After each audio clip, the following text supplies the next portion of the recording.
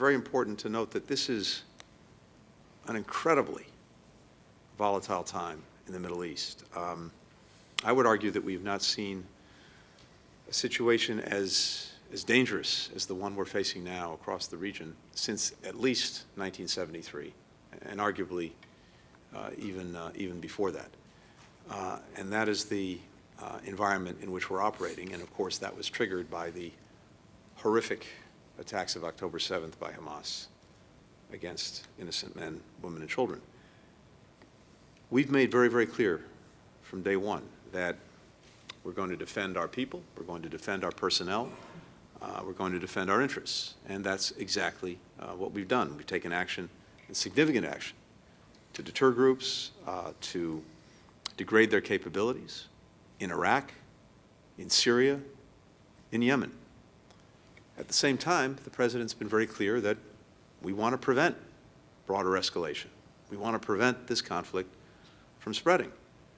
So we are intent on doing both. That is, standing up for our people when they're attacked, while at the same time working every single day to prevent the conflict from growing and spreading.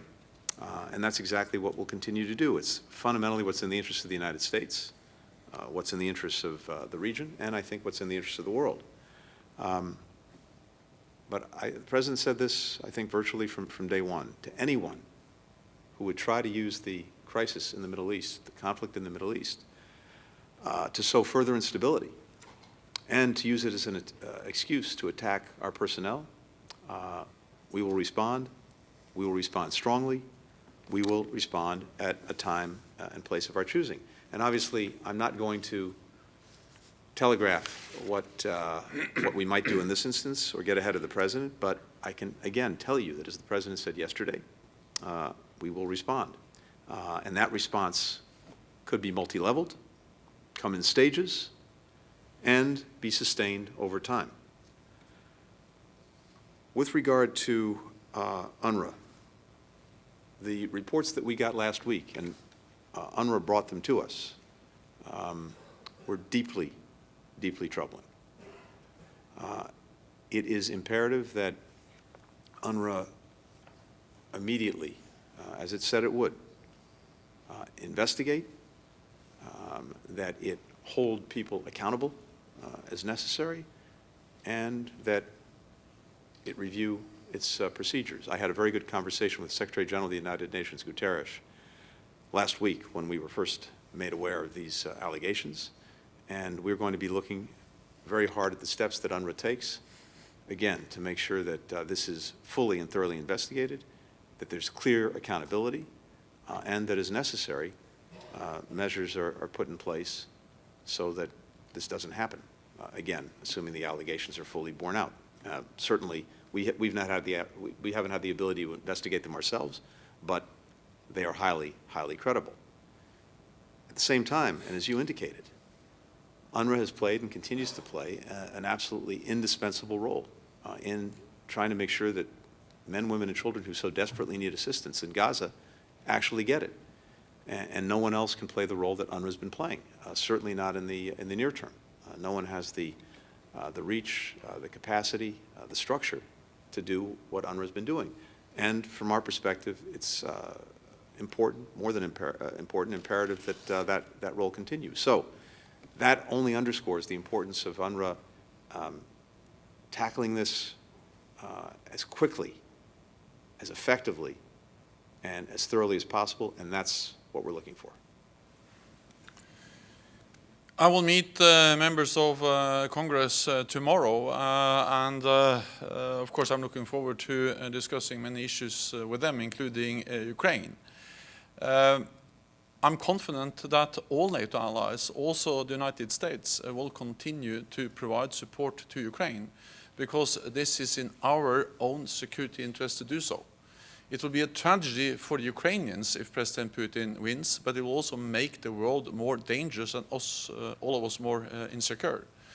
It will embolden other authoritarian leaders, not only President Putin, but also North Korea, Iran, and China, to use force. Today it's Ukraine, tomorrow it could be Taiwan. So therefore, it is in our interest to ensure that Ukraine prevails as a sovereign, independent nation. And the support we are providing is making a difference. There's a steady flow of ammunition, weapons from NATO allies, and we have seen that this support has enabled the Ukrainians to actually make big achievements. We have to remember where we started. When this war started, or when the full-fledged invasion happened in February last year, or in 2022, most experts feared that Russia would control Kiev within days and the whole of Ukraine within weeks. The reality is that the Ukrainians were able to push back the Russian forces, and they have liberated 50% of the territory that Russia occupied at the beginning of the war. They have been able to inflict heavy losses on the Russian armed forces, more than 300 casualties, thousands of armored vehicles have been destroyed, and hundreds of planes. And this is something we all have achieved without putting any NATO soldier, US soldier or any other NATO soldier in harm's way, but just by providing military support to Ukraine. And Ukrainians have been able to open the western part of the Black Sea to push the Russian Black Sea fleet to the east, so they're now able to export grain and other commodities through the Black Sea. These are substantial achievements, and they continue to conduct deep strikes on Russian positions. So this idea that it doesn't help them, actually the Ukrainians have proved the opposite.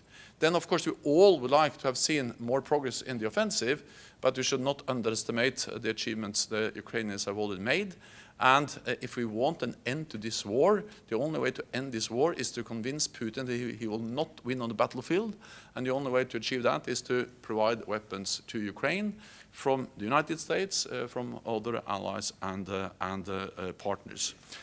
So support to Ukraine is a good deal for NATO, for the United States, for all of us.